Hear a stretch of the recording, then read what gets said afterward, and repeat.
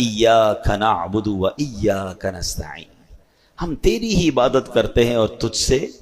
ہی مدد چاہتے ہیں۔ آیت کس حصے میں کیا تربیت کی گئی کہ میں ختم کریں اپنے اندر سے، ہم دنیا میں مالک نہیں محتاج ہیں، اپنی اسی محتاجی کو دل و جان سے تسلیم کر لینا ہی بندگی ہے۔ جب بندہ دل کی گہرائی سے یہ تسلیم کرتا ہے نا کہ میں محتاج بے بس بندہ ہوں، اب اس پر لطف و کرم کے دروازے کھلنا شروع ہو جاتے ہیں، اب اس پر بارش، کیونکہ پہلے یہ ایکسپٹ کرنا ہوتا ہے میں سب کچھ ہوں نہیں، میں کچھ بھی نہیں، میں محتاج، مالک تو سب کچھ ہے۔ ایاک نعبد و ایاک نستعین میں بندگی کا پیغام ہے، تیری ہی عبادت کرتے ہیں مولا، تجھی سے مدد چاہتے ہیں۔ یعنی کس طرح کہیں کہ اللہ ہاتھ پاؤں تو نے دیے، مگر تیری مدد ہوگی تو ہاتھ پار چلا پاؤں گا، ہیں مولا میرے پاس پاؤں تو نہیں دیے ہیں، مگر میں جب تک نہیں چل سکتا جب تک تیری مدد نہیں ہوگی۔ نہیں دیکھے پاؤں والے، پاؤں ہیں جسم میں چل نہیں پا رہے، ہاتھ ہیں جسم میں اٹھا نہیں پا رہے، بھائی باڈی میں تو لگے ہوئے ہاتھ، مگر ہاتھ کام نہیں کر رہا ہے، انگلیاں بند نہیں ہو رہی ہیں، پکڑ نہیں پا رہے ہیں، پیر ہے چل نہیں پا رہے۔ پتا چلا پیر کمال نہیں ہے، اللہ کی طرف سے توفیق ہوگی، مدد ہوگی تو پیر چلے گا۔ ہاتھ ہونا کمال نہیں ہے، ہاتھ میں رب کی طرف سے دی گئی طاقت ہوگی تو ہاتھ چلے گا نا۔ زبان منہ میں ایگزسٹ کرتی ہے لوگوں کے، جتنے گونگے بغیر زبان کے تھوڑی ہوتے ہیں، باڈی پارٹ ہے مگر بول نہیں پا رہے۔ اللہ کی مدد ہوگی، اللہ عطا فرمائے گا تو بندہ بول پائے گا۔ آنکھیں لگی ہوئی ہوتی ہیں، اندھے بغیر آنکھوں والے نہیں ہوتے،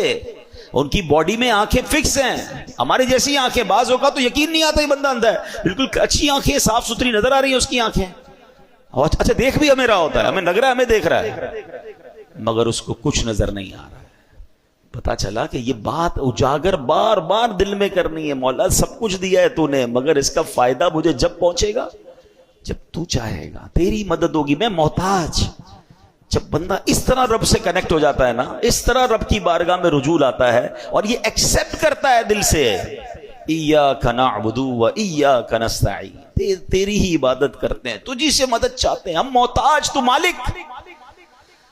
پھر دیکھو کیسے کرم کے دروازے کھلتے ہیں۔ لوگ اپنے آپ کو محتاج سمجھنے کے لیے تیار نہیں ہوتے۔ ہاں یہ بڑی گہری بات کر رہا ہوں، اللہ کے آگے میں نے پڑھا ہے، کتابوں پڑھا، ایسے لوگ بھی ایگزسٹ کرتے ہوں گے جو دعا مانگنے میں شرماتے ہیں کہ یار اتنا بڑا آدمی ہو کہ میں،